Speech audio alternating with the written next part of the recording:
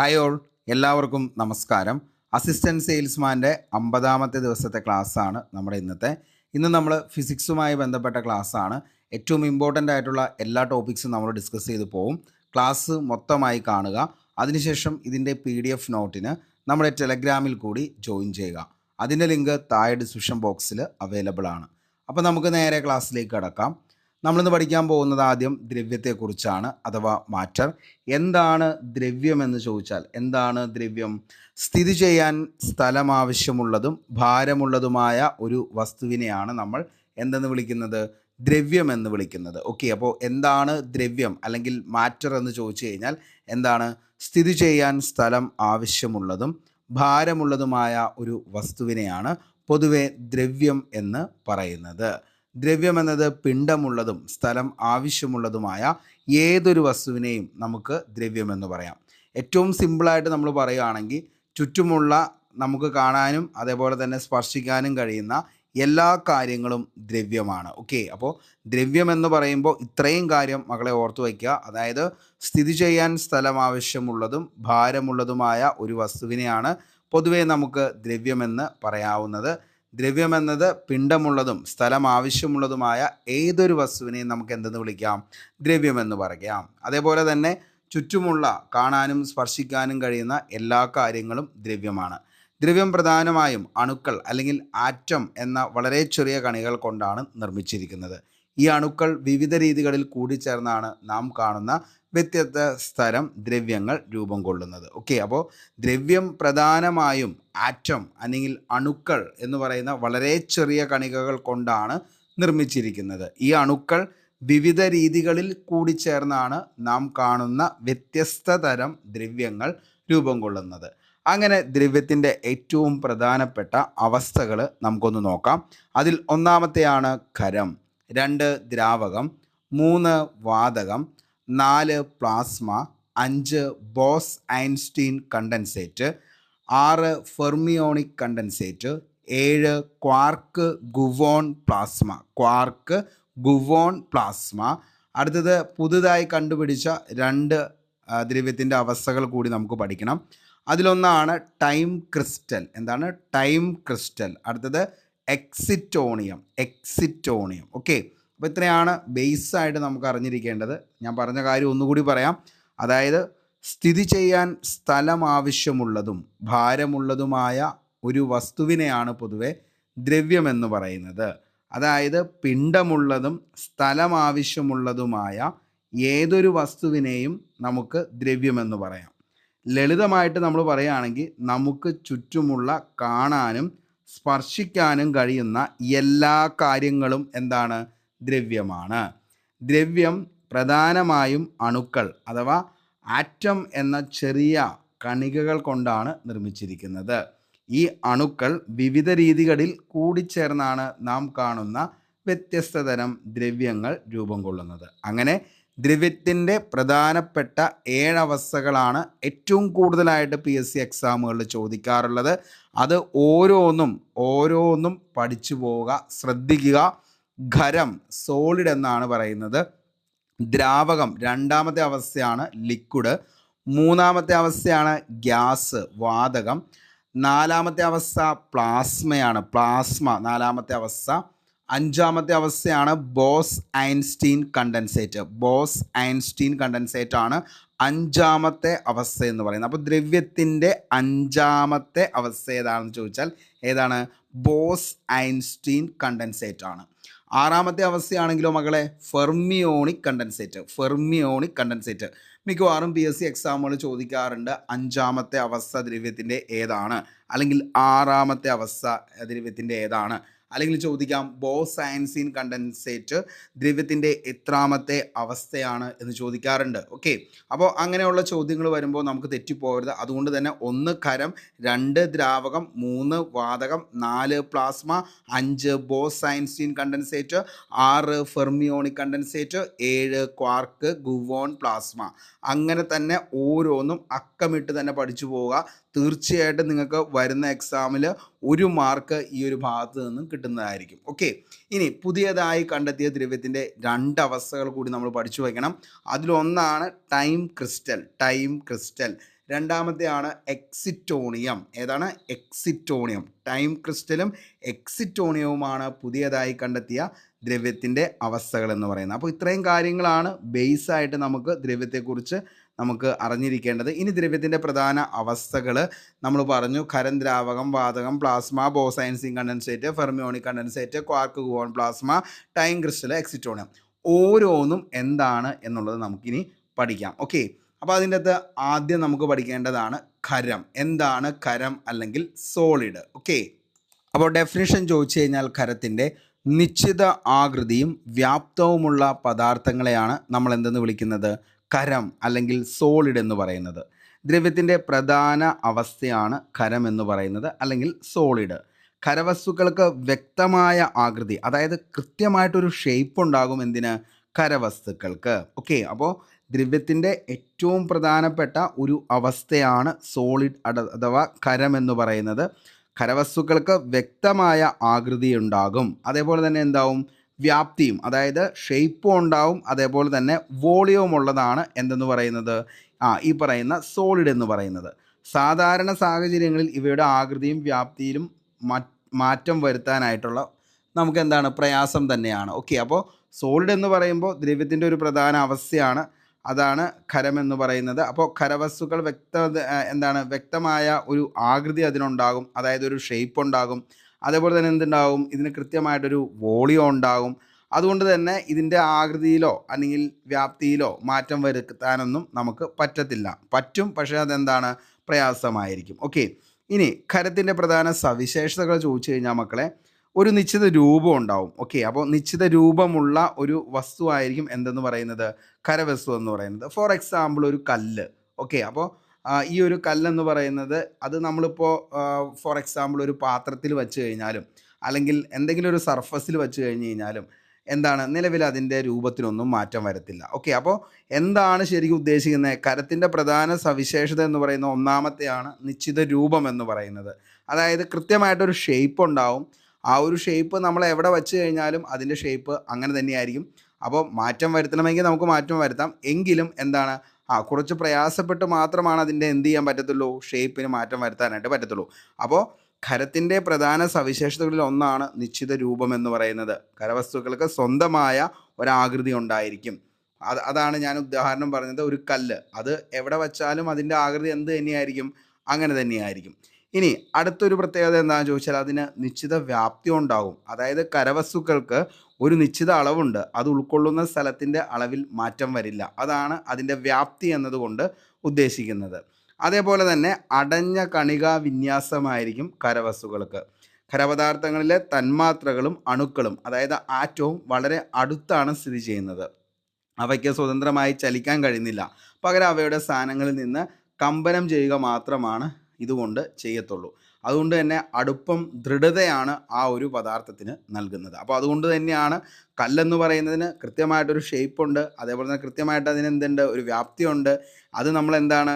അതിലെ കണികകൾ എന്ന് പറയുന്നത് കൂടിച്ചേർന്നാണ് ഇരിക്കുന്നത്. അതുകൊണ്ട് തന്നെ അതെന്താണ്? ഭയങ്കരമായിട്ട് ദൃഢതയുണ്ടായിരിക്കും. അതേപോലെ തന്നെ അതിനെന്താണ്? നമ്മൾ കൂടുതൽ അതിലേക്ക് എന്താണ്? ഈ പറയുന്ന മർദ്ദം പ്രയോഗിച്ചു കഴിഞ്ഞാൽ കമ്പനം ചെയ്യുകയാണ് ചെയ്യത്തുള്ളൂ. അതേപോലെ തന്നെ എന്താണ്? ഈ പറയുന്ന അടുപ്പം തന്നെയാണ്, അതായത് കണികൾ തമ്മിലുള്ള അടുപ്പമാണ് ഖരവസ്തുക്കൾക്ക് കൂടുതൽ കടുപ്പം അല്ലെങ്കിൽ അതിനൊരു ദൃഢത നൽകുന്നത് എന്നുള്ളത് ഓർത്തു വയ്ക്കുക. കംപ്രസ് ചെയ്യാനുള്ള ബുദ്ധിമുട്ട്, അണുക്കൾ വളരെ അടുത്തതായിരിക്കുന്നതിനാൽ ഖരവസ്തുക്കളെ സാധാരണഗതിയിൽ ഞെക്കി ചെറുതാക്കാനായിട്ട് പറ്റത്തില്ല. അപ്പോൾ കംപ്രസ് ചെയ്യാനായിട്ട് ഒരിക്കലും, ഇപ്പോൾ കല്ല് നമ്മുടെ കൈ കിട്ടി, അതിനെ കംപ്രസ് ചെയ്ത് എന്താക്കാം? ചെറുതാക്കാമെന്ന് ചോദിച്ചു കഴിഞ്ഞാൽ നമുക്ക് സാധാരണക്കാർക്കൊന്നും പറ്റത്തില്ല. പക്ഷേ എന്ത് ചെയ്യാം? നമുക്ക് വേണമെങ്കിൽ അതിനെ എന്ത് ചെയ്യാം? കംപ്രസ് ചെയ്ത് അതിനെ ചെറുതാക്കാം, അല്ലെങ്കിൽ അതിൻ്റെ രൂപത്തിൽ മാറ്റം വരുത്താം. പക്ഷേ എന്താണ്? ആ ഷേപ്പോ അല്ലെങ്കിൽ ആ ഒരു ക്വാണ്ടിറ്റി അതിന് വ്യത്യാസം വരുത്തണമെങ്കിൽ നമ്മൾ എന്ത് ചെയ്യേണ്ടി വരും? കൂടുതൽ എനർജി അതിലേക്ക് ഉപയോഗിക്കേണ്ടി വരും. അതുകൊണ്ട് തന്നെ എന്താണ്? അങ്ങനെയുള്ള പരിപാടികൾ ചെയ്യുന്നത് എന്താണ്? വളരെയധികം ബുദ്ധിമുട്ടാണ്. അപ്പോൾ കംപ്രസ് ചെയ്യാനായിട്ട് പറ്റും, പക്ഷേ എന്താണ്? നമുക്കൊരു സാധാരണഗതിയിൽ നമുക്ക് അതിനെ എന്താക്കാൻ പറ്റില്ല? കംപ്രസ് ചെയ്ത് ചെറുതാക്കാനായിട്ടും പറ്റത്തില്ല. ഇനി ഉയർന്ന സാന്ദ്രത.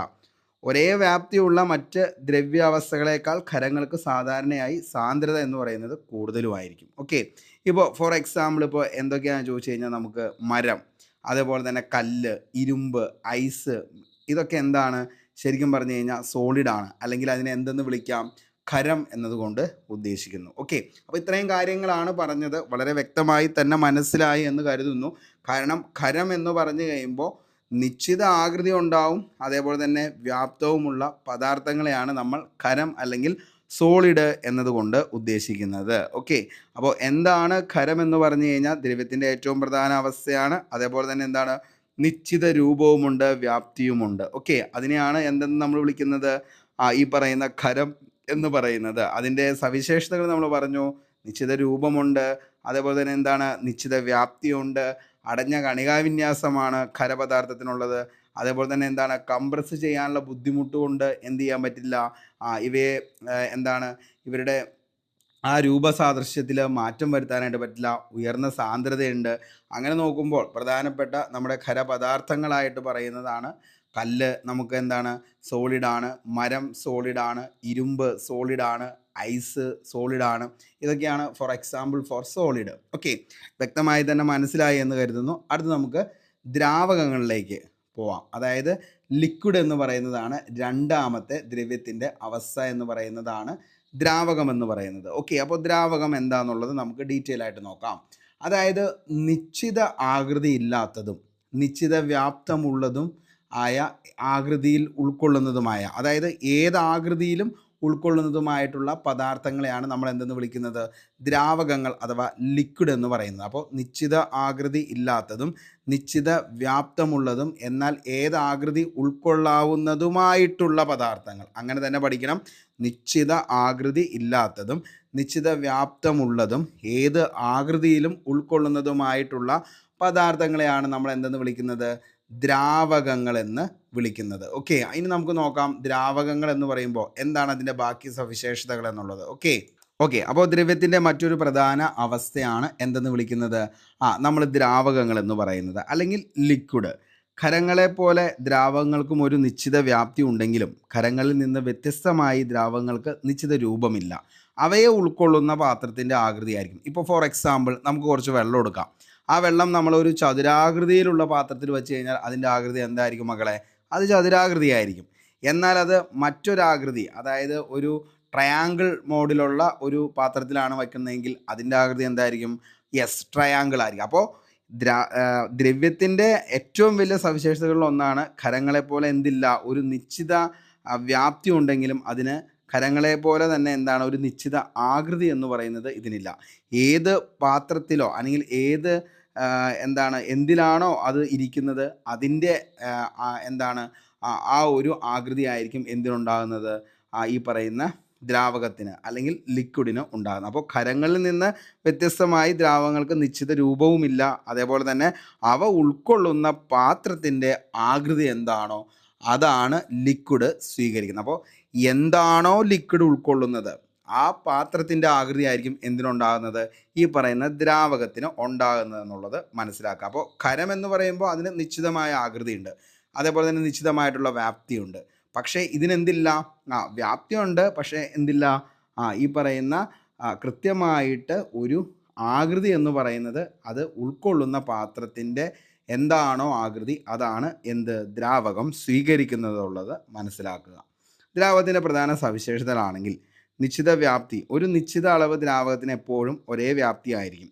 ഉദാഹരണത്തിന് നമ്മൾ നോക്കുകയാണെങ്കിൽ 1 ലിറ്റർ വെള്ളം ഒരു കുപ്പിയിലോ അല്ലെങ്കിൽ ഒരു ഗ്ലാസ്സിലോ അല്ലെങ്കിൽ എന്താണ് ഒരു ചെമ്പിലോ അല്ലെങ്കിൽ ഈ പറയുന്ന ഏത് സാധനത്തിൽ ഒഴിച്ചു കഴിഞ്ഞാലും നമുക്ക് എത്രയായിരിക്കും, അത് 1 ലിറ്റർ വെള്ളം തന്നെയായിരിക്കും. ശരിയല്ലേ? അപ്പോൾ അത് എന്താണ്, അതാണ് വ്യാപ്തി കൊണ്ട് ഉദ്ദേശിക്കുന്നത്. നിശ്ചിത വ്യാപ്തി ഉണ്ട്, അത് എവിടെ ആണോ നമ്മൾ ഒഴിക്കുന്നത് അല്ലെങ്കിൽ എവിടെയാണോ നമ്മളത് കൊണ്ടുവന്ന് വയ്ക്കുന്നത് അതിൻ്റെ ആകൃതിയിലാണ് ഇരിക്കുന്നത് എന്ന് മാത്രമേ ഉള്ളൂ. വ്യാപ്തി എപ്പോഴും സെയിം ആയിരിക്കും. അപ്പോൾ നിശ്ചിത വ്യാപ്തി, നിശ്ചിത അളവ് ദ്രാവകത്തിന് എപ്പോഴും ഒരേ വ്യാപ്തി തന്നെയായിരിക്കും.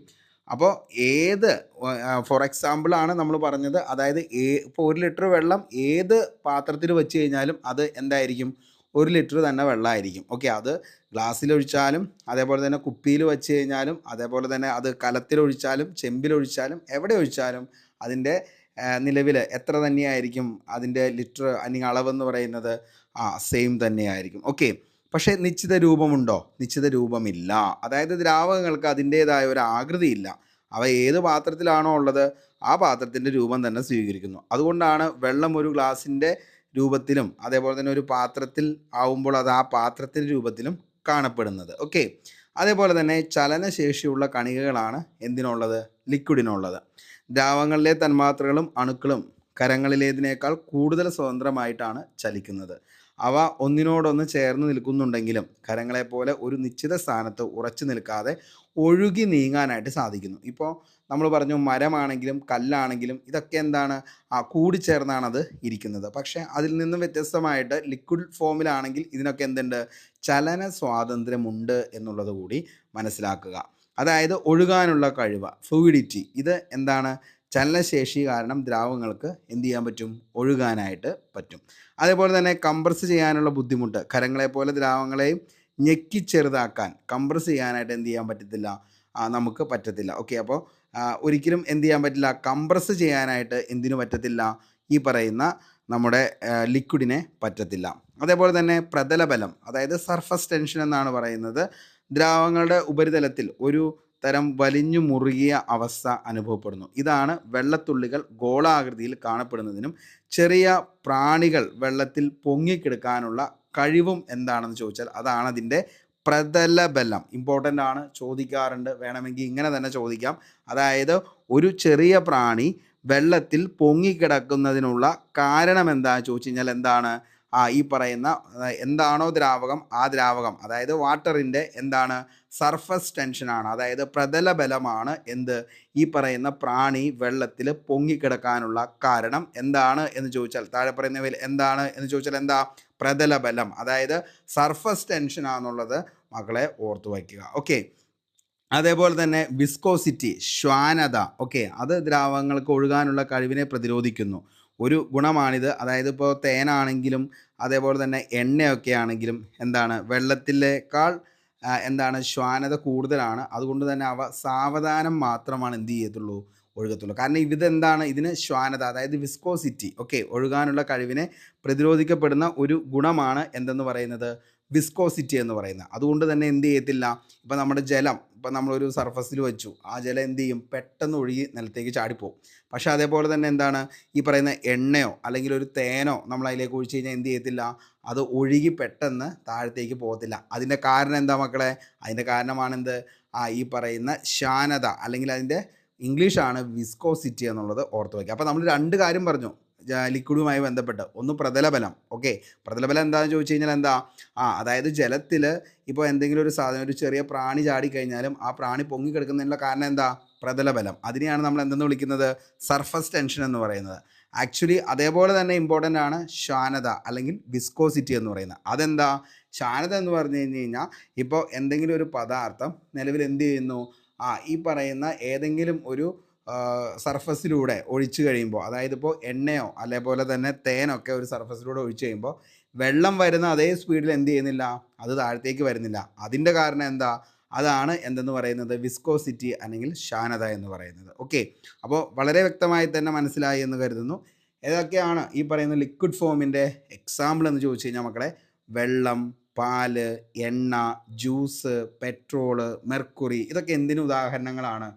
ദ്രാവകങ്ങൾക്ക് അല്ലെങ്കിൽ ലിക്വിഡിന് ഉദാഹരണമാണെന്നുള്ളതും ഓർത്തു വയ്ക്കുക. അപ്പോൾ ഇത്രയും കാര്യങ്ങൾ പറഞ്ഞത് വളരെ വ്യക്തമായി എന്ന് തന്നെ കരുതുന്നു. നമുക്ക് അടുത്തത് വാതകങ്ങളെക്കുറിച്ച് പഠിക്കാം. ഓക്കെ, അപ്പോൾ കരങ്ങൾ സെറ്റായി, മനസ്സിലായല്ലോ അല്ലേ?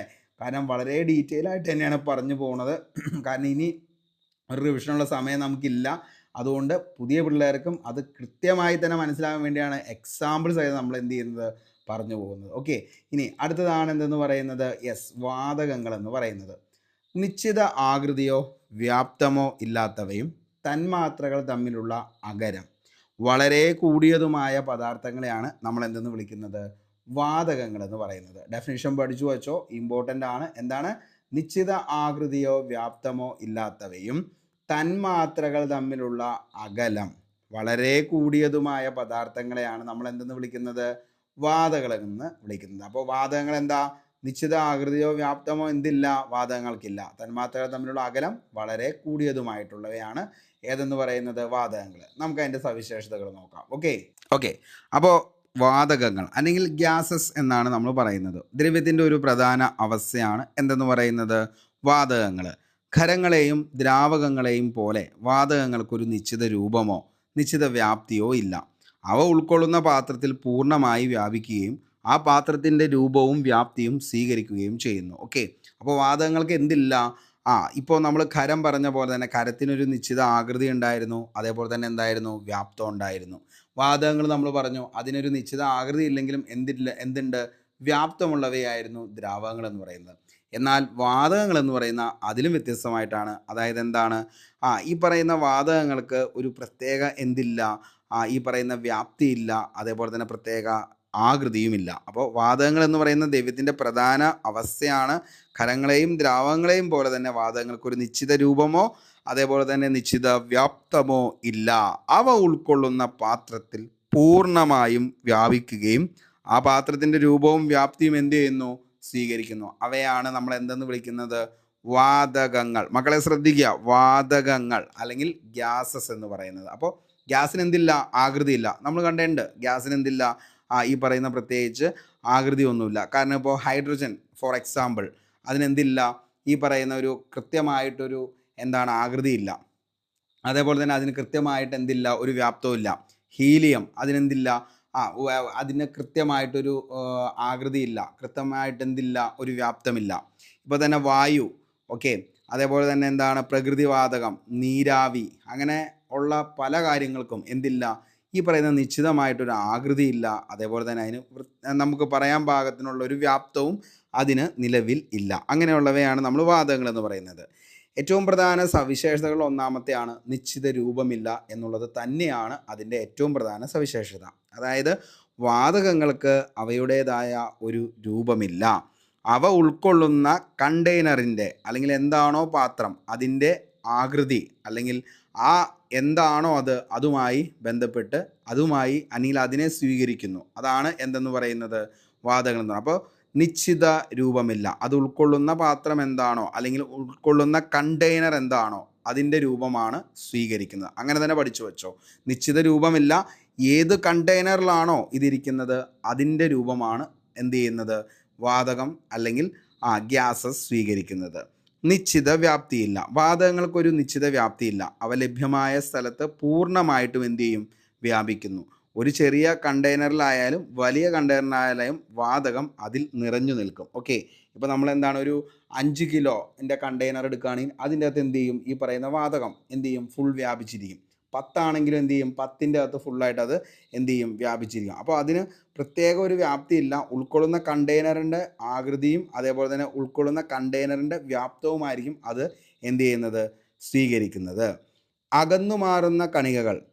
വാതകങ്ങളെ തന്മാത്രകളും അണുക്കളും പരസ്പരം വളരെ അകന്നാണ് സ്ഥിതി ചെയ്യുന്നത്. അവയ്ക്ക് ഏത് ദിശയിലേക്കും വളരെ വേഗത്തിൽ സ്വതന്ത്രമായി സഞ്ചരിക്കാൻ കഴിയും.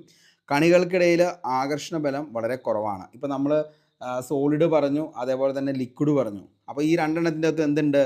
ഈ പറയുന്ന കണികകൾ കുറച്ചുകൂടി അടുത്താണ്. അതായത് നിലവിൽ ഖരത്തിനാണ് ഏറ്റവും കൂടുതൽ കണികകൾ അടുത്തടുത്തടുത്ത് സ്ഥിതി ചെയ്യുന്നത്. അതുകൊണ്ട് തന്നെ അതിന് ദൃഢത കൂടുതലായിരിക്കും. അതിനേക്കാൾ കുറച്ചുകൂടിയും സഞ്ചാര സ്വാതന്ത്ര്യം കൂടിയ കണികകളായിരിക്കും ദ്രാവകത്തിൽ വരുന്നത്. വാതകമാകുമ്പോഴത്തേക്ക് എന്തായിരിക്കും കൂടാ?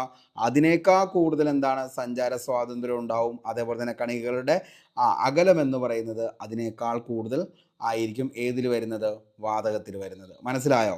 ഓക്കെ, ഇനി വളരെ ഉയർന്ന ചലനശേഷി, അതായത് വാതക കണികൾ നിരന്തരം ചലിക്കുകയും പരസ്പരം കൂട്ടിയിടിക്കുകയും കണ്ടെയ്നറിൻ്റെ ഭിത്തികളിൽ ഇടിക്കുകയും ചെയ്യുന്നു. ഈ കൂട്ടിയിടികളെയാണ് വാതകമർദ്ദത്തിന്, അതായത് ഗ്യാസ് പ്രഷർ എന്ന് പറയുന്നത്. ഓക്കെ, നമ്മൾ പറയാറുണ്ട് ഈ ഗ്യാസ് പ്രഷർ എന്താണെന്ന് ചോദിച്ചു കഴിഞ്ഞാൽ മറ്റൊന്നുമല്ല, വാതക കണികൾ നിരന്തരം എന്ത് ചെയ്തുകൊണ്ടിരിക്കുക? അതിന് ചലനശേഷി വളരെ കൂടുതലാണ്. അതുകൊണ്ട് തന്നെ നമ്മൾ പറഞ്ഞു എന്താണോ അത് ഉൾക്കൊള്ളുന്ന കണ്ടെയ്നർ അതിലൂടെ മൊത്തം എന്ത് ചെയ്യും? ഈ പറയുന്ന വാതകം സഞ്ചരിച്ചു കൊണ്ടിരിക്കും. ചലനശേഷി കൂടുതലാണ്. ഇങ്ങനെ സഞ്ചരിക്കുന്ന കണ്ടെയ്നറിലെ ഈ പറയുന്ന വാതകങ്ങൾ എവിടെയൊക്കെ? ആ കണ്ടെയ്നറിൻ്റെ എല്ലാ ഭിത്തികളിലും വന്ന് എന്ത് ചെയ്തുകൊണ്ടിരിക്കും? ഇടിച്ചുകൊണ്ടിരിക്കും. ആ ഒരു സമയത്ത് എന്ത് ചെയ്യും? പ്രഷർ കൂടും. അങ്ങനെ പ്രഷർ കൂടുന്നതിനെയാണ്, അങ്ങനെ പ്രഷർ കൂടുമ്പോഴാണ് ഗ്യാസ് പ്രഷർ കൂടി അത് എന്ത് ചെയ്യുന്നത്? പൊട്ടിത്തെറിക്കാനൊക്കെ സാധ്യതയുള്ളത്. ഓക്കെ, അപ്പോൾ എന്താണ്? വാതകണികൾ നിരന്തരം ചലിക്കുകയും അതായത് വളരെ ഉയർന്ന ചലനശേഷിയുള്ളവയായിരിക്കും എന്തെന്ന് പറയുന്നത്? ഈ പറയുന്ന വാതകങ്ങൾക്ക് അല്ലെങ്കിൽ വാതക കണികൾക്ക് ഉള്ളത്. ഓക്കെ, ഇനി കംപ്രസ് ചെയ്യാനുള്ള ആ ഒരു കഴിവ് ഖരങ്ങളെയും ദ്രാവങ്ങളെയും അപേക്ഷിച്ച് വാതകങ്ങളെ വളരെ എളുപ്പത്തിൽ കംപ്രസ് ചെയ്ത് ഞെക്കി ചെറുതാക്കി നമുക്ക് എന്ത് ചെയ്യാൻ പറ്റും? കുറയ്ക്കാനായിട്ട് സാധിക്കും. കാരണം അവയിലെ കണികൾക്ക് വലിയ ദൂരമുണ്ട്. ഇപ്പോൾ ഫോർ എക്സാമ്പിൾ LPG സിലിണ്ടറുകളിൽ വാതകങ്ങളെ ഉയർന്ന മർദ്ദത്തിലാണ് എന്ത് ചെയ്യുന്നത്, കംപ്രസ് ചെയ്ത് സൂക്ഷിക്കുന്നത്. ഓക്കെ, അപ്പോൾ എന്ത് ചെയ്യൂടാ, ഈ പറയുന്ന വാതകങ്ങൾ എന്ന് പറയുമ്പോൾ എന്താണ്, അതിന് ചലനശേഷി കൂടുതലാണ്.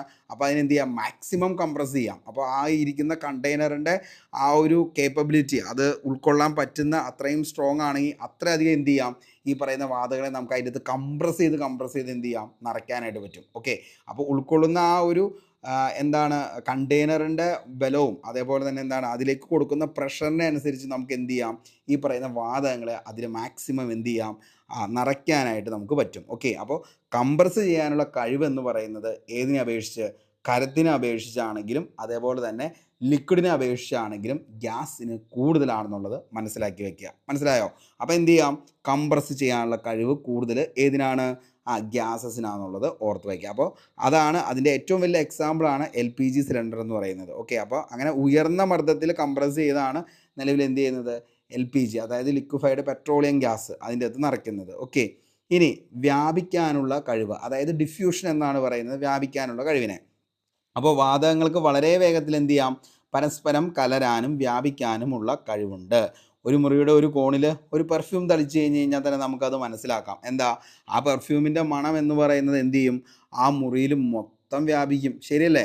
അപ്പോൾ എന്താ, ഈ പറയുന്ന വാതകങ്ങൾക്ക് എന്ത് ചെയ്യാൻ പറ്റും, പെട്ടെന്ന് ഡിഫ്യൂസ് ചെയ്യാനായിട്ട്, അതായത് വ്യാപിക്കാനുള്ള കഴിവ് ഏറ്റവും കൂടുതലുള്ളത് വാതകങ്ങൾക്കാണ്. അതിൻ്റെ ഏറ്റവും വലിയ എക്സാമ്പിളാണ് നമ്മളെല്ലാവരും സ്പ്രേ അടിക്കണയാണ്.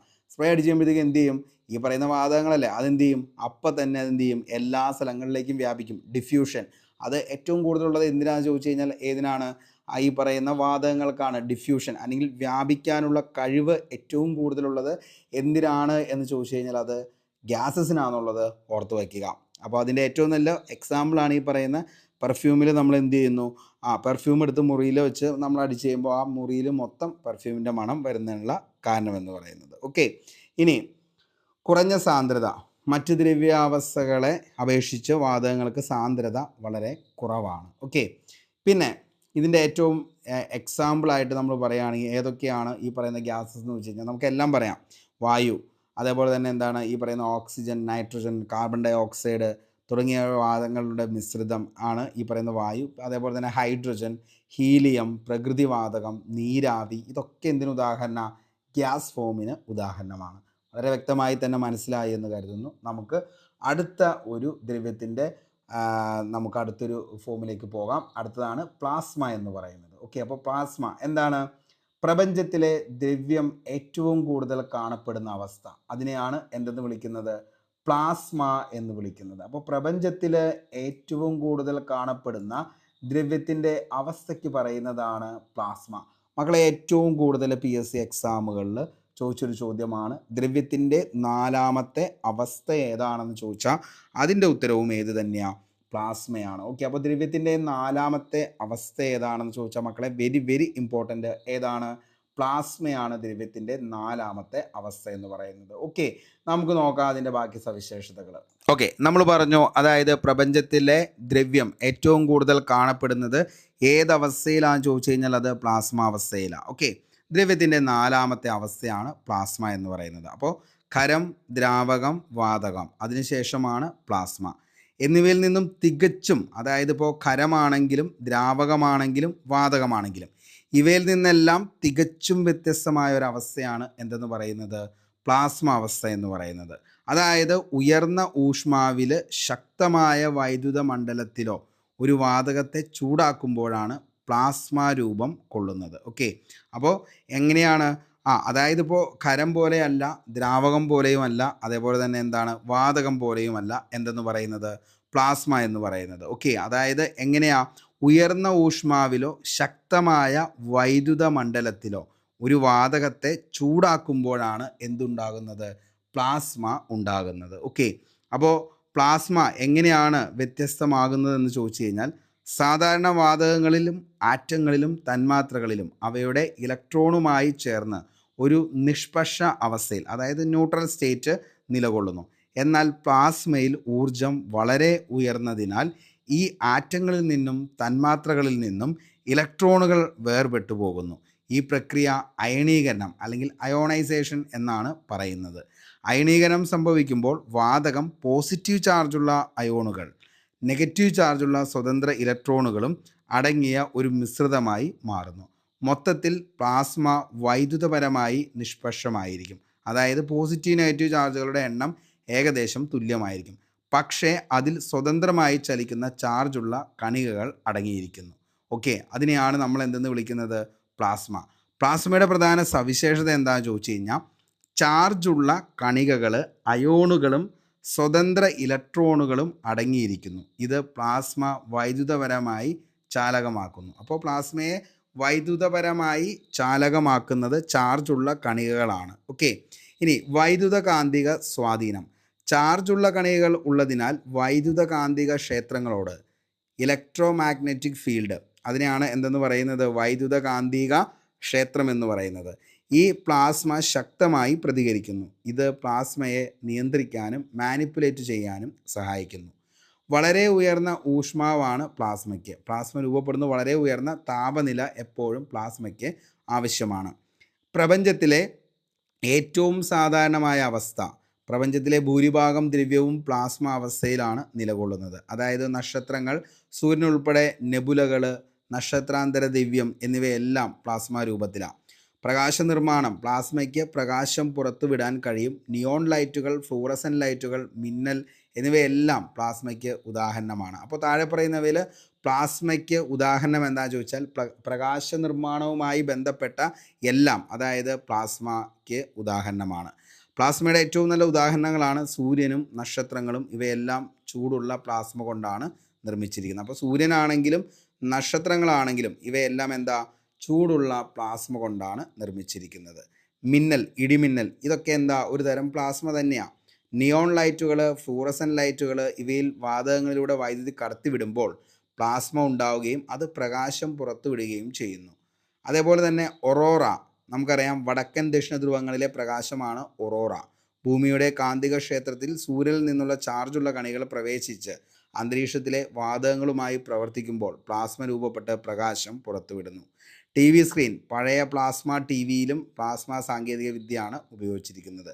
ചുരുക്കത്തിൽ നമ്മൾ പറയുകയാണെങ്കിൽ വളരെ ഉയർന്ന ഊഷ്മാവിൽ വാതകങ്ങൾ അയണീകരിക്കപ്പെടുമ്പോൾ രൂപപ്പെടുന്ന സ്വതന്ത്ര ഇലക്ട്രോണുകളും അയോണുകളും അടങ്ങിയ വൈദ്യുത ചാലക സ്വഭാവമുള്ള ദ്രവ്യത്തിൻ്റെ അവസ്ഥയാണ് സിമ്പിളായിട്ട് പറയുകയാണെങ്കിൽ എന്തെന്ന് പറയുന്നത്? പ്ലാസ്മ എന്ന് പറയുന്നത്. ഓക്കെ, ഇത് പ്രപഞ്ചത്തിൽ ഏറ്റവും കൂടുതലായി കാണപ്പെടുന്ന ദ്രവ്യ അവസ്ഥ ഏതാണെന്ന് ചോദിച്ചാൽ അതിൻ്റെ ഉത്തരവും ഏത് തന്നെയാണ്? പ്ലാസ്മ തന്നെയാണ്. അപ്പോൾ മക്കളെ ശ്രദ്ധിക്കുക, അത് ഇത്രയും കാര്യം ഒന്ന് ഓർത്തു വെച്ചോ.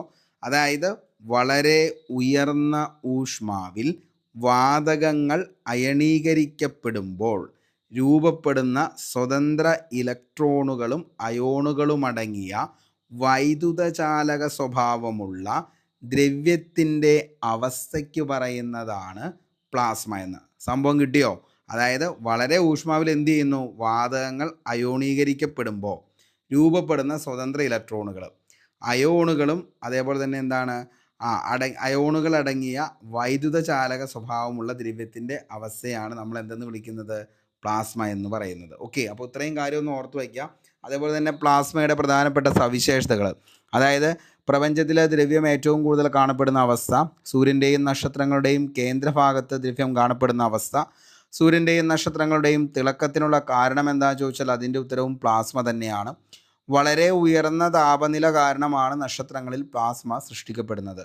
പ്ലാസ്മ അവസ്ഥയിൽ കണികകൾ സൂപ്പർ എനർജറ്റിക് എക്സൈറ്റഡ് രൂപത്തിലാണ് കാണപ്പെടുന്നത്. ഫ്ലൂറസൻ ട്യൂബിലും നിയോൺ സൈൻ ബൾബിലും പ്ലാസ്മ അടങ്ങിയിരിക്കുന്നു എന്നുള്ളത് ഓർക്കുക. തന്മാത്രകൾ ഏറ്റവും കൂടുതൽ ക്രമരഹിതമായി കാണപ്പെടുന്ന അവസ്ഥയാണ് പ്ലാസ്മ. വളരെ ഉയർന്ന ഊഷ്മാവിൽ ദ്രവ്യം എത്തിച്ചേരുന്ന അവസ്ഥ, ഉയർന്ന താപനിലയിൽ പദാർത്ഥങ്ങൾ അയോണീകരിക്കപ്പെട്ട അവസ്ഥയിൽ നിലനിൽക്കുന്ന പദാർത്ഥത്തിൻ്റെ അവസ്ഥയാണ് പ്ലാസ്മ. മിന്നലിൽ ദ്രവ്യം കാണപ്പെടുന്ന അവസ്ഥ ഏതാണെന്ന് ചോദിച്ചാൽ മക്കളെ അതിൻ്റെ ഉത്തരവും പ്ലാസ്മയാണ്. സ്വതന്ത്രമായ ചാർജിത കണങ്ങളുടെ കൂട്ടമാണ് പ്ലാസ്മ. അടുത്ത് നമുക്ക് പഠിക്കാം ബോസ് ഐൻസ്റ്റീൻ കണ്ടൻസേറ്റ്. ഒത്തിരി തവണ ചോദിച്ചതാണ്. ദ്രവ്യത്തിൻ്റെ അഞ്ചാമത്തെ അവസ്ഥ ഏതാണെന്ന് ചോദിച്ചാൽ അതിൻ്റെ ഉത്തരമാണ് ഏതെന്ന് പറയുന്നത് ബോസ് ഐൻസ്റ്റീൻ കണ്ടൻസേറ്റ്. എന്താണ് എന്നുള്ളത് നോക്കാം. അപ്പോൾ എന്താണ് ബോസ് ഐൻസ്റ്റീൻ കണ്ടൻസേറ്റ് എന്നുള്ളത് നമുക്ക് നോക്കാം. ഓക്കെ, ഓക്കെ, അപ്പോൾ ബോസ് ഐൻസ്റ്റീൻ കണ്ടൻസേറ്റ് നമുക്ക് നോക്കാം, അതിൻ്റെ ബാക്കിയുള്ള സവിശേഷതകളും അതേപോലെ തന്നെ പ്രത്യേകതകളും. ബോസ് ഐൻസ്റ്റീൻ കണ്ടൻസേറ്റ് എന്നതൊരു ദ്രവ്യത്തിൻ്റെ ഒരു അസാധാരണമായ അവസ്ഥയാണ് ബോസ് ഐൻസ്റ്റീൻ കണ്ടൻസേറ്റ് എന്നതുകൊണ്ട് ഉദ്ദേശിക്കുന്നത്. ഓക്കെ, അതായത് ഖരം, ദ്രാവകം, വാതകം, പ്ലാസ്മ എന്നിങ്ങനെ 4 അവസ്ഥകളാണ് പറയാറുള്ളതെങ്കിൽ ബോസ് ഐൻസ്റ്റീൻ കണ്ടൻസേറ്റ് 5ാമത്തെ അവസ്ഥയായിട്ടാണ് കണക്കാക്കപ്പെടുന്നത്. ഓക്കെ, അപ്പോൾ ബോസ് ഐൻസ്റ്റീൻ കണ്ടൻസേറ്റ് ദ്രവ്യത്തിൻ്റെ എത്രാമത്തെ അവസ്ഥയാണ് എന്ന് ചോദിച്ചാൽ എത്രാമത്തെ അവസ്ഥയാണ്? 5ാമത്തെ അവസ്ഥയാണ് ബോസ് ഐൻസ്റ്റീൻ കണ്ടൻസേറ്റ് എന്ന് പറയുന്നത്. എന്താണ് ഈ ബോസ് ഐൻസ്റ്റീൻ കണ്ടൻസേറ്റ് എന്ന് വെച്ച് കഴിഞ്ഞാൽ, വളരെ താഴ്ന്ന സാന്ദ്രതയിലുള്ള ചിലതരം വാതകങ്ങളെ, അതായത് ബോസോണുകൾ എന്ന് വിളിക്കുന്ന കണികളടങ്ങിയ സംഭവങ്ങളെ കേവല പൂജ്യത്തോട്, അതായത് അബ്സല്യൂട്ട് സീറോ, ഓക്കെ, അപ്പോൾ കേവല പൂജ്യത്തോട് വളരെ അടുത്ത താപനിലയിലേക്ക്, അതായത് ഏകദേശം -273.15 ഡിഗ്രി സെൽഷ്യസിലേക്ക് അല്ലെങ്കിൽ 0 കെൽവിനിലേക്ക് തണുപ്പിക്കുമ്പോൾ രൂപപ്പെടുന്ന ദ്രവ്യാവസ്ഥയാണ് ഏതെന്ന് പറയുന്നത്?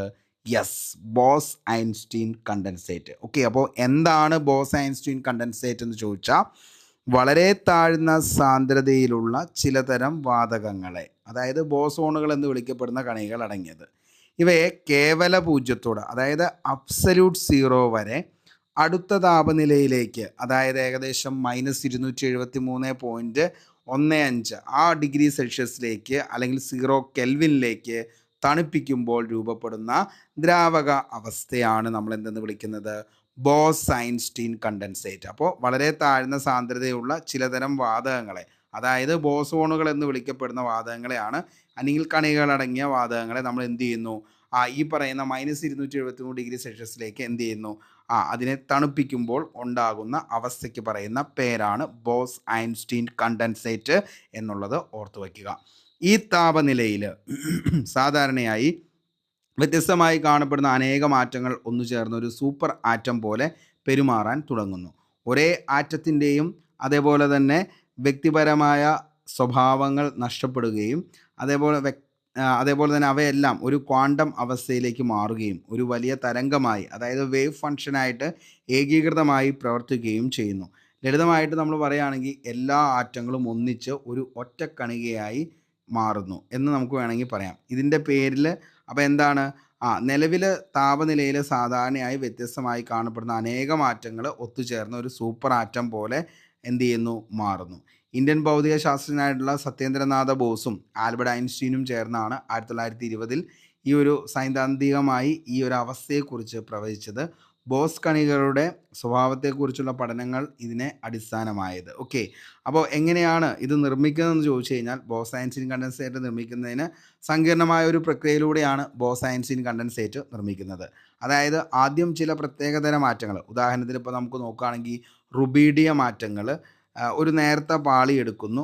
അതിനുശേഷം ലേസർ കൂളിംഗ്, അതായത് ലേസർ കൂളിംഗ് എന്ന സാങ്കേതിക വിദ്യ ഉപയോഗിച്ച് ഈ ആറ്റങ്ങളുടെ ഊർജം കുറച്ച് അവയെ തണുപ്പിക്കുന്നു. ഓക്കെ, അതിനുശേഷം ബാഷ്പീകരണ കൂളിംഗ്, അതായത് ഇവാപ്പറേറ്റീവ് കൂളിംഗ് പോലുള്ള കൂടുതൽ സങ്കീർണമായ രീതിയിൽ ഇത് ഉപയോഗിച്ച് താപനില കേവല പൂജ്യത്തോട് വളരെ അടുത്ത് എത്തിക്കുന്നു. ഓക്കെ, ഈ ഘട്ടത്തിൽ ആറ്റങ്ങൾ പരസ്പരം എന്ത് ചെയ്യും? അടുക്കും. അവയുടെ ക്വാണ്ടം തരംഗങ്ങൾ ഓവർലാപ്പ് ചെയ്യും. ഒരു ഏകീകൃത സൂപ്പർ ആറ്റമായി എന്ത് ചെയ്യുന്നു? മാറുന്നു. അങ്ങനെയാണ് എന്ത് ചെയ്യുന്നത്? ഈ പറയുന്ന ബോസ് ഐൻസ്റ്റീൻ കണ്ടൻസേറ്റ് ഉണ്ടാകുന്നത്. നമുക്കിതിൻ്റെ ചരിത്രത്തിലേക്ക് നോക്കുകയാണെങ്കിൽ, ബോസ് ഐൻസ്റ്റീൻ കണ്ടൻസേറ്റ് 1995 ആദ്യമായി പരീക്ഷണശാലയിൽ വിജയകരമായി നിർമ്മിച്ചത്. എറിക് കോർണലും അതേപോലെ തന്നെ കാൾ വൈമാൻ ആണ് റുബീഡിയം ആറ്റങ്ങൾ ഉപയോഗിച്ച് വൂൾഫ് ഗാങ് കെറ്റ്ലെ സോഡിയം ആറ്റങ്ങൾ ഉപയോഗിച്ചും എന്ത് ചെയ്തു? ഈ 2 ശാസ്ത്രജ്ഞന്മാരാണ് ഈ നേട്ടത്തിന് 2001 ഭൗതിക ശാസ്ത്രത്തിനുള്ള നൊബേൽ സമ്മാനം 2001 ഇവർക്ക് കിട്ടിയത്. ഇതിൻ്റെ പ്രയോജനം എന്താണെന്ന് ചോദിച്ചു കഴിഞ്ഞാൽ, ബോസ് ഐൻസ്റ്റീൻ കണ്ടൻസേറ്റ് ശാസ്ത്രത്തിലാണെങ്കിലും സാങ്കേതിക വിദ്യയിലും വലിയ സാധ്യതകൾ കൊണ്ടുവരാറുണ്ട്. അതായത് കൃത്യമായിട്ടുള്ള അളവ്, താപനില, മർദ്ദം, കാന്തിക ക്ഷേത്രങ്ങൾ തുടങ്ങിയവ വളരെ കൃത്യമായി അളക്കാൻ സഹായിക്കുന്ന സൂപ്പർ സെൻസിറ്റീവ് സെൻസറുകൾ നിർമ്മിക്കാനായിട്ട് എന്ത് ചെയ്യുന്നു? ഈ പറയുന്ന ബോസ് ഐൻസ്റ്റീൻ കണ്ടൻസേറ്റ് ഉപയോഗിക്കുന്നു. ക്വാണ്ടം കമ്പ്യൂട്ടറുകളുടെ വികാസത്തിൽ നിർണായക പങ്ക് വഹിച്ചത് ബോസ് ഐൻസ്റ്റീൻ കണ്ടൻസേറ്റ് ആണ്.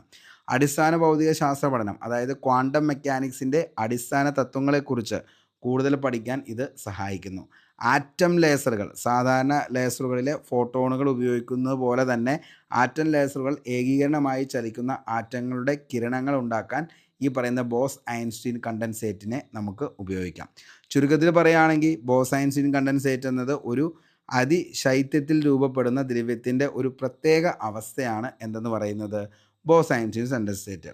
ഇവിടെ അനേകം കണികൾ ഒരൊറ്റ ക്വാണ്ടം നിലയിൽ പ്രവർത്തിക്കുകയും ഒരു സൂപ്പർ ആറ്റം പോലെ പെരുമാറുകയും ചെയ്യുന്നു. അത്രയെങ്കിലും മക്കളെ ബോസ് ഐൻസ്റ്റീൻ കണ്ടൻസേറ്റുമായിട്ട് ബന്ധപ്പെട്ട് പഠിച്ചു വയ്ക്കുക. അതായത് എന്താണ് ബോസ് ഐൻസ്റ്റീൻ കണ്ടൻസേറ്റ് അതിശൈത്യത്തിൽ രൂപപ്പെടുന്ന ദ്രവ്യത്തിൻ്റെ ഒരു പ്രത്യേക അവസ്ഥ. നല്ല രീതിയിൽ എന്ത് ചെയ്യുന്നു, ഇതിനെ അങ്ങോട്ട് തണുപ്പിക്കുമ്പോൾ ഉണ്ടാകുന്ന അവസ്ഥ. അപ്പോൾ അങ്ങനെ ഭയങ്കരമായിട്ട് എന്ത് ചെയ്യുന്നു, ഈ പറയുന്ന ബോസ് ഐൻസ്റ്റീൻ കണ്ടൻസേറ്റ് എന്ത് ചെയ്യുന്നു, ഭയങ്കരമായിട്ടുള്ള തണുപ്പത്തിൽ എന്ത് ചെയ്യുന്നു, അനേകം കണികകൾ ചേർന്ന് ക്വാണ്ടം നിലയിൽ എന്ത് ചെയ്യുന്നു, പ്രവർത്തിക്കുന്നു. അങ്ങനെ അതെന്ത് ചെയ്യുന്നു, ഒരു സൂപ്പർ ആറ്റമായിട്ട് പ്രവർത്തിക്കുന്നു. അതിനെയാണ് നമ്മൾ എന്തെന്ന് വിളിക്കുന്നത്, ബോസ് ഐൻസ്റ്റീൻ കണ്ടൻസേറ്റ് എന്ന് പറയാം. ഓക്കെ, അങ്ങനെ ബോസ് ഐൻസ്റ്റീൻ കണ്ടൻസേറ്റ് പ്രവചിച്ച ശാസ്ത്രജ്ഞനാണ് സത്യേന്ദ്രനാഥ ബോസും ആൽബർട്ട് ഐൻസ്റ്റീനും.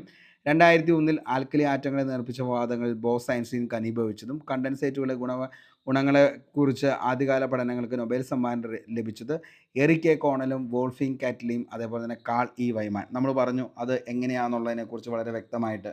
അതായത് ഇവർക്ക് ഏതാണ് 2001 ബോസ് ഐൻസ്റ്റീൻ കണ്ടൻസേറ്റ് എന്ന് പറയുന്നത്, അതായത് റുബീഡിയം മാറ്റങ്ങൾ ഉപയോഗിച്ചാണ് എന്ത് ചെയ്തത്, വൂൾഫ് ഗാങ് കെറ്റ്ലെയും സോഡിയം മാറ്റങ്ങൾ ഉപയോഗിച്ച് വൂൾഫ് ഗാങ് കെറ്റ്ലെയും അതേപോലെ തന്നെ എന്താണ് റുബീഡിയം മാറ്റങ്ങൾ ഉപയോഗിച്ച് കെറ്റ്ലെയും അതേപോലെ തന്നെ കാൾ വൈറ്റ്മാനും. ഓക്കെ, എറിക് കോർണലും കാൾ വൈറ്റ്മാനുമാണ് റുബീഡിയം മാറ്റങ്ങൾ. ഓക്കെ, എറിക് കോർണലും കാൾ വൈറ്റ്മാനും റുബീഡിയം മാറ്റങ്ങൾ ഉപയോഗിച്ച് എന്ത് ചെയ്തു, നിർമ്മിച്ചു. അതേപോലെ തന്നെ സോഡിയം മാറ്റങ്ങൾ ഉപയോഗിച്ചാണെങ്കിൽ ആരൊക്കെയാണ്, വൂൾഫ് ഗാങ്ങും കെറ്റ്ലെയാണെന്നുള്ളത് കൂടി ഓർത്ത് വയ്ക്കുക. ഓക്കെ, ഇനി ഒരു വസ്തുവിൽ അടങ്ങിയിരിക്കുന്ന ദ്രവ്യത്തിൻ്റെ അളവിനെയാണ് പിണ്ഡം എന്ന് പറയുന്നത്.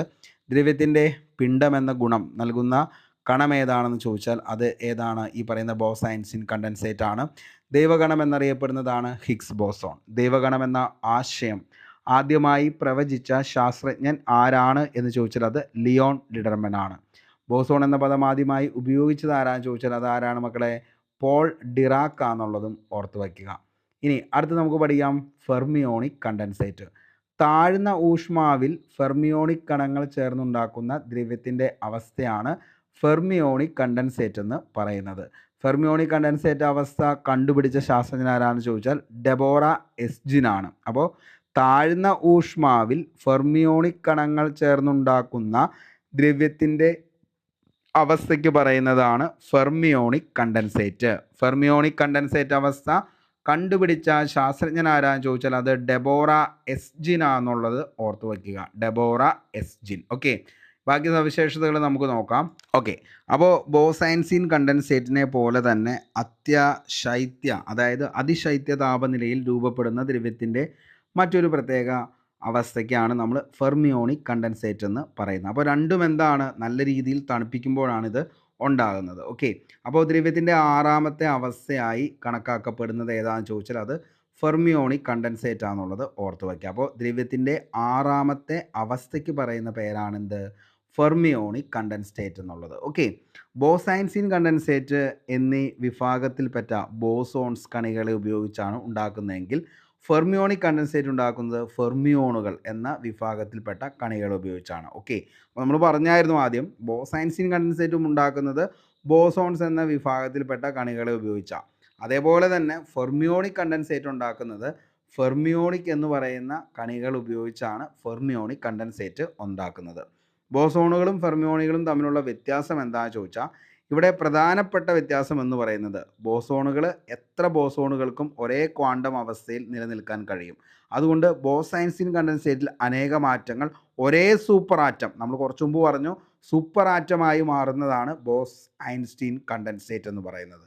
ഓക്കെ, അതായത് ബോസോണുകൾ ഒരേ ക്വാണ്ടം അവസ്ഥയിൽ നിലനിൽക്കാൻ കഴിയുന്നതുകൊണ്ട് തന്നെ ബോസ് ഐൻസ്റ്റീൻ കണ്ടൻസേറ്റിലെ അനേക മാറ്റങ്ങൾ കൂടിച്ചേർന്ന് എന്ത് ചെയ്യുന്നു, ഒറ്റ ആറ്റമായിട്ട് അതായത് സൂപ്പർ ആറ്റമായിട്ട് മാറുന്നതാണ് ഏതെന്ന് പറയുന്നത് ബോസ് ഐൻസ്റ്റീൻ കണ്ടൻസേറ്റ്. എന്നാൽ ഫെർമിയോണിക് എന്ന് പറയുന്നത് ഇവ പോളിയുടെ അപവർത്തന തത്വം, അതായത് പോളീസ് എക്സ്ക്ലൂഷൻ പ്രിൻസിപ്പിളാണ് ഇവിടെ വരുന്നത്.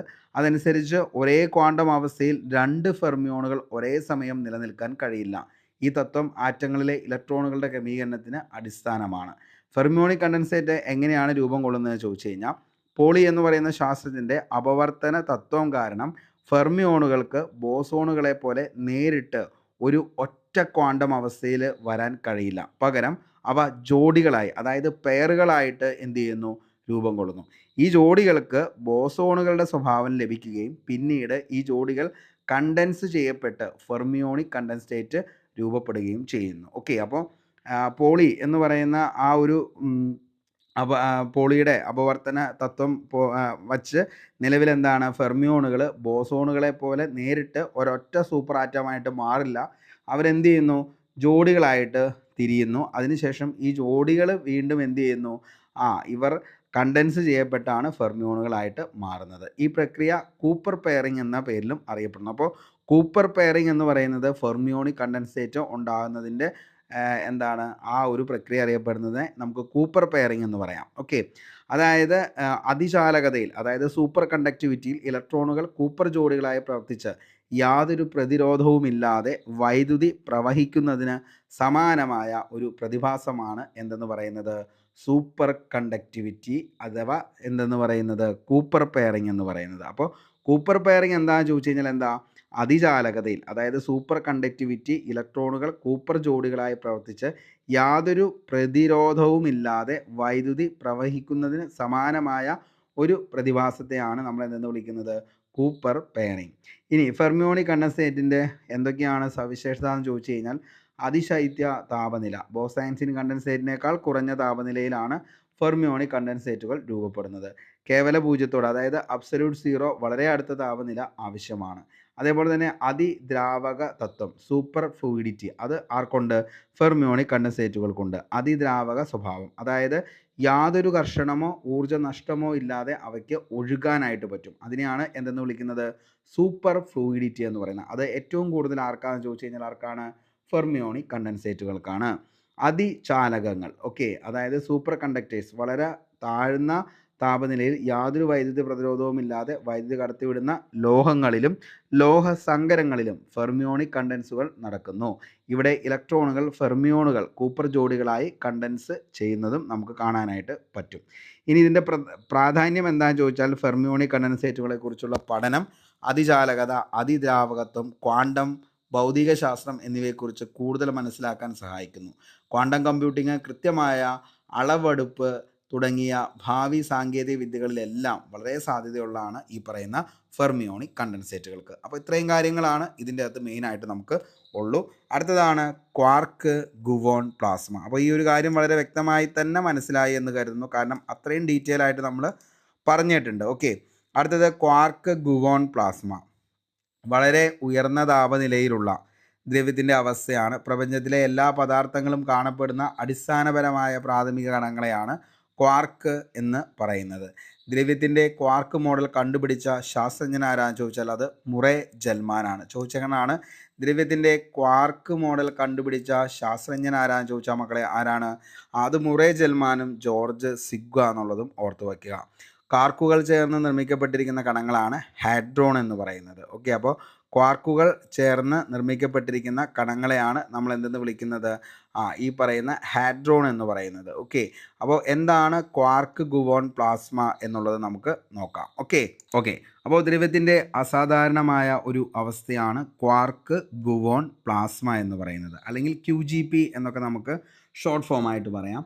ഇത് ദ്രവ്യത്തിൻ്റെ സാധാരണയായി പറയുന്ന ഖരം, ദ്രാവകം, വാതകം, പ്ലാസ്മ എന്നിവയിൽ നിന്ന് വളരെ വ്യത്യസ്തമാണ്. പലപ്പോഴും ദ്രവ്യത്തിൻ്റെ ഏഴാമത്തെ അവസ്ഥയായി പറയുന്ന ക്വാർക്ക് ഗുവോൺ പ്ലാസ്മ. അപ്പോൾ ഇങ്ങനെ തന്നെ PSC ചോദിച്ചിട്ടുണ്ട്, ദ്രവ്യത്തിൻ്റെ ഏഴാമത്തെ അവസ്ഥ താഴെ പറയുന്നവയിൽ ഏതാണ് എന്ന് ചോദിച്ചാൽ മക്കളെ, ദ്രവ്യത്തിൻ്റെ ഏഴാമത്തെ അവസ്ഥ മനസ്സിലാക്കുക.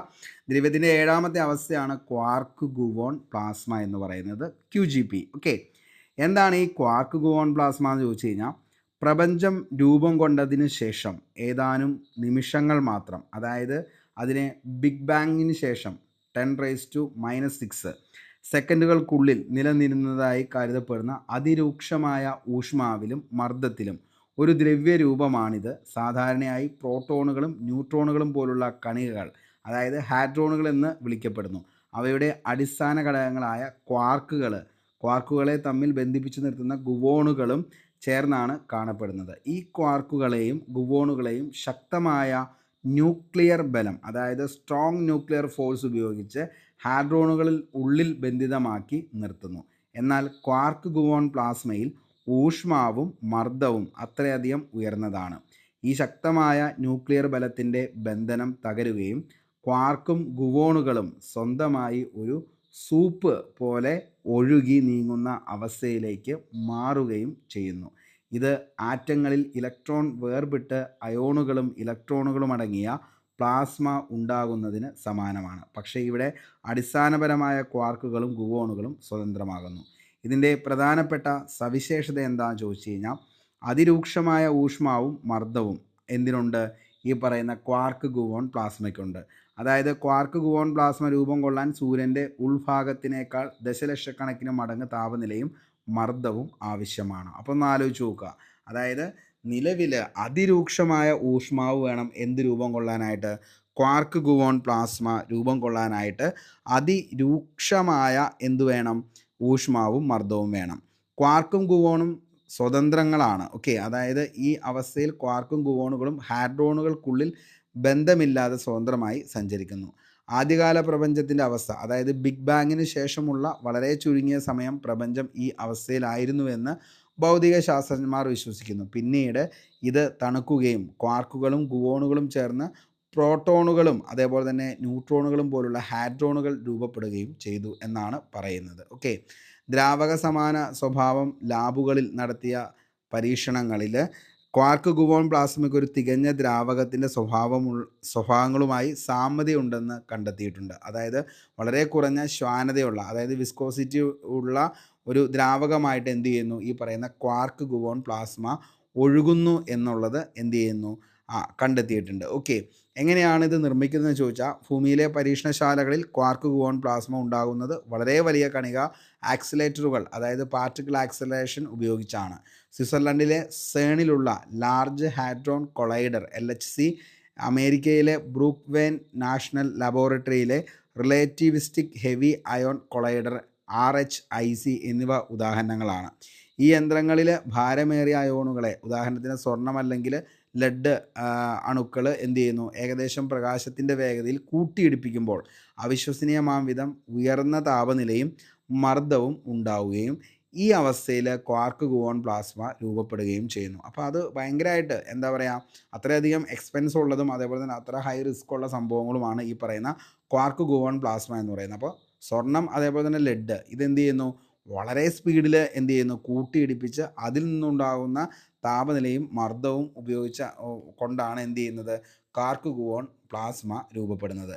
എന്തിനാണിത് പഠിക്കുന്നതെന്ന് ചോദിച്ചു കഴിഞ്ഞാൽ, പ്രപഞ്ചത്തിൻ്റെ ഉത്ഭവം, ശക്തമായ ന്യൂക്ലിയർ ബലം, പുതിയ ഭൗതികശാസ്ത്രത്തിൻ്റെ കാര്യങ്ങൾ, ഇതിനെക്കുറിച്ചൊക്കെ പറയാൻ. ചുരുക്കത്തിൽ ക്വാർക്ക് ഗുവോൺ പ്ലാസ്മ എന്നത് അതിരൂക്ഷമായ താപനിലയിലും മർദ്ദത്തിലും ക്വാർക്കുകളും ഗ്ലുവോണുകളും സ്വതന്ത്രമായി ഒഴുകി നീങ്ങുന്ന ദ്രവ്യത്തിൻ്റെ ഒരു അസാധാരണ അവസ്ഥയാണ് എന്തെന്ന് വിളിക്കുന്നത്? ക്വാർക്ക് ഗുവോൺ പ്ലാസ്മ എന്നതുകൊണ്ട് ഉദ്ദേശിക്കുന്നത്. ആദ്യകാല പ്രപഞ്ചത്തിൽ ഇത് നിലനിർത്തിയിരുന്നതായി കരുതപ്പെടുന്നു. കൂടാതെ വലിയ കണിക കൂട്ടിയിടികളുടെ ഇത് പരീക്ഷണശാലകളിൽ നിർമ്മിക്കുകയും പഠിക്കുകയും ഇപ്പോൾ ചെയ്തുകൊണ്ടിരിക്കുന്നു. ഇത്രയാണ് നമുക്ക് ഈ പറയുന്ന ദ്രവ്യത്തിൻ്റെ 7 അവസ്ഥകളെക്കുറിച്ച് പഠിച്ചത്. അപ്പോൾ ഇത്രയും കാര്യങ്ങൾ വളരെ വ്യക്തമായി തന്നെ മനസ്സിലായി എന്ന് കരുതുന്നു. അപ്പോൾ നിങ്ങൾക്ക് ഇഷ്ടപ്പെട്ടെങ്കിൽ ക്ലാസ് ഉറപ്പായിട്ടും ലൈക്ക് ചെയ്യണം. അതേപോലെ തന്നെ നമ്മൾ അടുത്ത ദിവസം യൂണിറ്റുകളും അതേപോലെ തന്നെ അളവും തോതും, യൂണിറ്റ് ആൻഡ് മെഷർമെൻറ്റിനെ കുറിച്ചുള്ള ക്ലാസ് ആയിരിക്കും. ഓൾമോസ്റ്റ് ഇതിൻ്റെ ഏകദേശം കാര്യങ്ങൾ നമ്മളിപ്പോൾ പറഞ്ഞ് കംപ്ലീറ്റ് ആക്കിയിട്ടുണ്ട്. എല്ലാവർക്കും വളരെ വ്യക്തമായി തന്നെ മനസ്സിലായി എന്ന് കരുതുന്നു. ഇനി നമുക്ക് അടുത്ത ദിവസങ്ങളിൽ നമുക്ക് തീർച്ചയായിട്ടും നിലവിൽ കഴിഞ്ഞ ദിവസത്തെ ബയോളജിയുടെ ക്ലാസ്സിൻ്റെ കുറച്ചുകൂടി കാര്യങ്ങൾ നമുക്ക് ചെയ്യാനുണ്ട്. അപ്പോൾ ബയോളജിയുടെ ആ ക്ലാസ്സിൻ്റെ ബാക്കി ക്വസ്റ്റ്യൻസ് PY കൂടി നമ്മൾ ചെയ്യും. അത്രയും കംപ്ലീറ്റ് ചെയ്യുന്നവരുടെ ബയോളജി കംപ്ലീറ്റഡ് ആയിരിക്കും. അപ്പോൾ ഇത്രയും കാര്യങ്ങളൊക്കെയാണുള്ളൂ.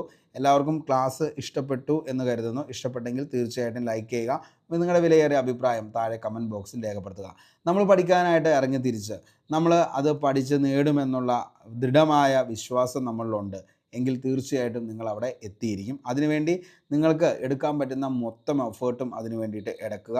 തീർച്ചയായിട്ടും അതിൻ്റെ ഔട്ട്പുട്ട് ഇന്നല്ലെങ്കിൽ നാളെ. ഇപ്പോൾ ഒരു എക്സാമിന് കുറച്ച് മാർക്ക് കുറഞ്ഞു പോയി എന്ന് കരുതി ആരും വിഷമിക്കേണ്ട കാര്യമൊന്നുമില്ല. ഇന്നല്ലെങ്കിൽ നാളെ ഈ പറയുന്ന ഈ നമ്മൾ പഠിച്ച കാര്യങ്ങളൊക്കെ വരുന്ന എക്സാമുകളിൽ നിങ്ങൾക്കത് ഉപകരിക്കുന്നതായിരിക്കും. ഓക്കെ, അപ്പോൾ നന്നായിട്ട് പഠിക്കുക, നന്നായിട്ട് റിവിഷൻ ചെയ്യുക. ഓടി നടന്ന് പഠിക്കാതെ ഒന്നിൽ മാത്രം കോൺസെൻട്രേറ്റ് ചെയ്ത് അതിനുവേണ്ടി മാക്സിമം നിങ്ങൾ എന്ത് ചെയ്യുക, എഫോർട്ട് ഇടുക.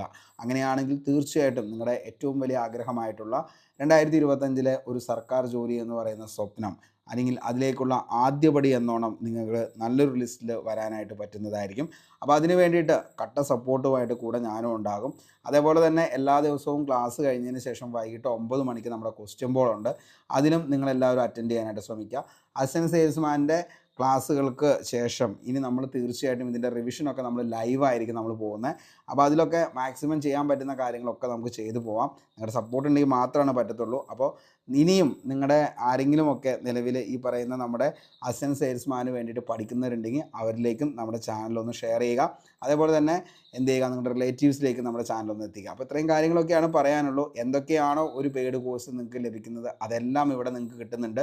നിങ്ങൾ പഠിച്ചാൽ മാത്രം മതി, ബാക്കിയെല്ലാം അവിടെ സെറ്റാണ്. അപ്പോൾ നമ്മൾ പഠിച്ച കാര്യങ്ങളൊക്കെ വരുന്ന എക്സാമുകളിൽ വരട്ടെ എന്ന് ആത്മാർത്ഥമായി സർവേഷനോട് പ്രാർത്ഥിച്ച് ഇന്നത്തെ ക്ലാസ് ഇവിടെ വെച്ച് വൈൻഡപ്പ് ചെയ്യുകയാണ്. Signing off, Arun Kombanadan. Thank you.